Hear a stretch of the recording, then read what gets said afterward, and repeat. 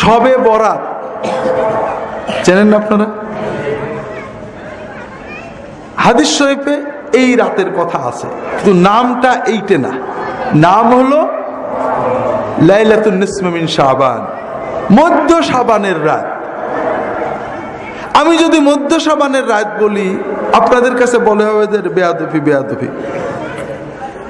শবে বরাত বলছে না, শবে বরাত আরবিতে লাইলাতুল বারাত।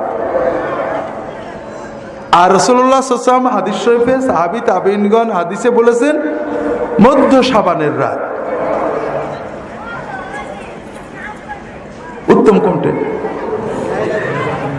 হ্যাঁ, উত্তম হলো মধ্য শাবানের রাত, লাইলাতুন নিসফ মিন শাবান।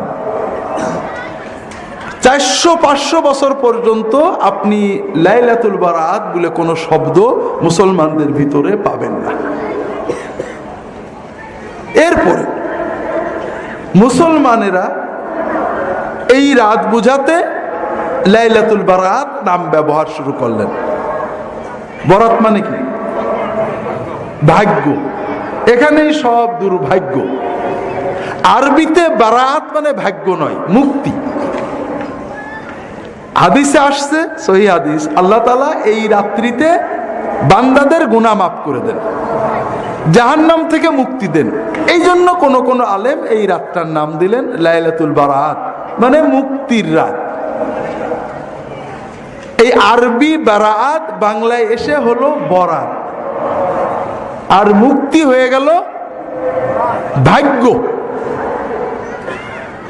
এখন কিন্তু আমরা শবে বরাতে মাগফিরাত রহমতের জন্য কিছু করি না, যা কিছু করি ভাগ্যের জন্য করি। পুরো থিমটাই উল্টে গেছে। তো যাই হোক ভাইরা, এটা অনেক দীর্ঘ সময়ের পরিক্রমায় ছোট ছোট ছোট ছোট ভালো কাজ বলে আমরা অনেক কাজ করেছি। প্রথমত এত খারাপ ছিল না, কিন্তু সুন্নত যখনই মারা গেছে আর একটা বিষয় সেখানে দাঁড়িয়ে গিয়েছে, ক্রমান্বয়ে এটা খারাপই হয়ে গেছে।